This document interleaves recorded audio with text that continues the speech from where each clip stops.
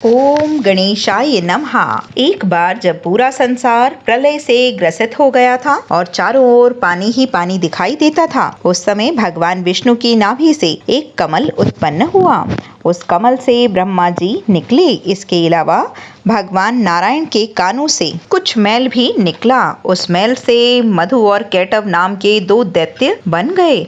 जब उन दैत्यों ने चारों ओर देखा तो ब्रह्मा जी के अलावा उन्हें कुछ भी दिखाई नहीं दिया। ब्रह्मा जी को देखकर वे दैत्य उनको मारने दौड़े। तब भयभीत हुए ब्रह्मा जी ने विष्णु भगवान की स्तुति की। स्तुति से भगवान की आंखों में जो महामाया ब्रह्मा की योग निद्रा के रूप में निवास करती हैं, वह लोप हो गई और भगवान विष्णु की नींद खुल गई। उनके जागते ही दोनों दैत्य भगवान विष्णु से लड़ने लगे। इस प्रकार 5000 वर्ष तक युद्ध चलता रहा। अंत में भगवान की रक्षा के लिए महामाया ने असुरों की बुद्धि को बदल दिया। तब वे असुर भगवान विष्णु से बोले, हम आपके युद्ध से प्रसन्न हैं, जो चाहे वर मांग लो। भगवान ने मौका पाया और कहने लगे कि यदि हमें वर देना चाहते हो तो यह वर दो कि दैत्यों का नाश हो। दैत्यों ने कहा, ऐसा ही होगा। ऐसा कहते ही महाबली दैत्यों का नाश हो गया। जिससे असुरों की बुद्धि को बदला वह महाकाली ही थी। बोलो देवी माता की जय। एक समय महिषासुर नाम का दैत्य हुआ। उसने समस्त राजाओं को हराकर पृथ्वी और पाताल पर अपना अधिकार जमा लिया। जब वह देवताओं से युद्ध करने लगा तो देवता भी उससे युद्ध में हार कर भागने लगे। भागते भागते वे भगवान विष्णु के पास पहुँचे और उस दैत्य से बचने के लिए भगवान की स्तुति करने लगे।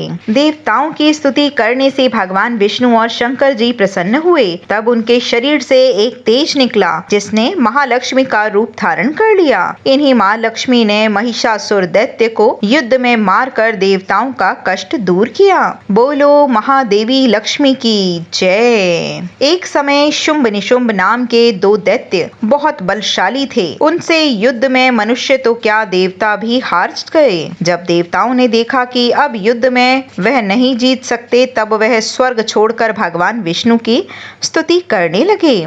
उस समय भगवान विष्णु के शरीर में से एक ज्योति प्रकट हुई जो कि महासरस्वती थी।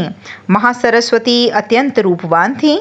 इनका रूप देखकर वे दैत्य मुक्त हो गए और अपना सुग्रीव नाम का दूत उस देवी के पास भेज दिया। इसके बाद उन दोनों ने कुछ सोच समझकर अपने सेनापति धूमाक्ष को सेना सहित भेजा, जो देवी द्वारा सेना सहित मार डाले गए। इसके बाद रक्त बीज लड़ने आया, जिसके रक्त की एक बूंद जमीन पर गिरने से एक वीर पैदा हो गया था। वह बहुत बलवान था। उसे भी देवी ने मार गिराया। अंत में चामुंडा देवी ने शुंभ निशुंभ को स्वयं दोनों से वह लड़ने लगी और देवी के हाथों से मारे गए। सभी देवता दैत्यों की मृत्यु के बाद बहुत खुश हुए और अपने अपने कार्य करने लगे। अब तक कंस ने वासुदेव और देवकी के 6 पुत्रों का वध कर दिया था और 7वें शेषनाग बलराम जी आए, जो रोहिणी के गर्भ में प्रवेश होकर प्रकट हुए। तब 8वां जन्म कृष्ण जी का हुआ। साथ ही साथ गोकुल में यशोदा जी के गर्भ से योग माया का जन्म हुआ, जो वासुदेव जी के द्वारा कृष्ण के बदले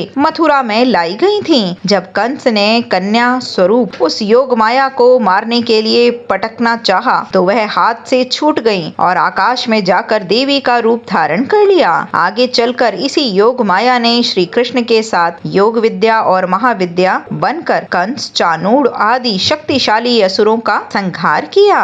एक बार वैपृचति नाम के असुर ने बहुत से कुकर्म कर पृथ्वी को व्याकुल कर दिया। उसने मनुष्य ही नहीं बल्कि देवताओं तक को दुख दिया। देवता और पृथ्वी की प्रार्थना पर उस समय दुर्गा देवी ने रक्त दंतिका नाम का अवतार लिया और वैपृचति आदि असुरों का मान मर्दन कर दिया। यह देवी असुरों को मारकर उनका रक्तपान किया करती थी। इस कारण से इनका नाम रक्त दंतिका विख्यात हुआ।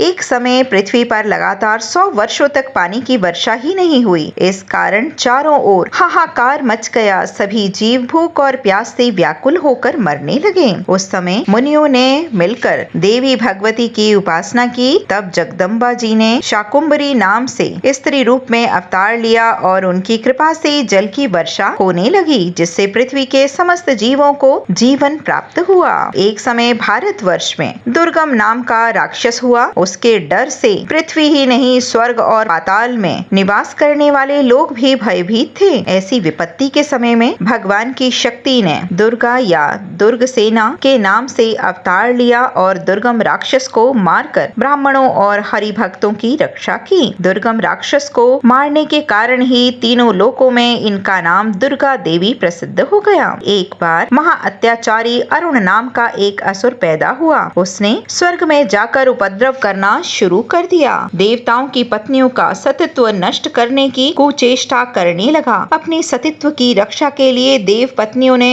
भौरों का रूप धारण कर लिया और दुर्गा देवी से प्रार्थना करने लगी। देव पत्नियों को जानकर माता दुर्गा ने भ्रामरी का रूप धारण करके उस असुर को उसकी सेना सहित मार डाला और देव पत्नियों का सतीत्व की रक्षा की।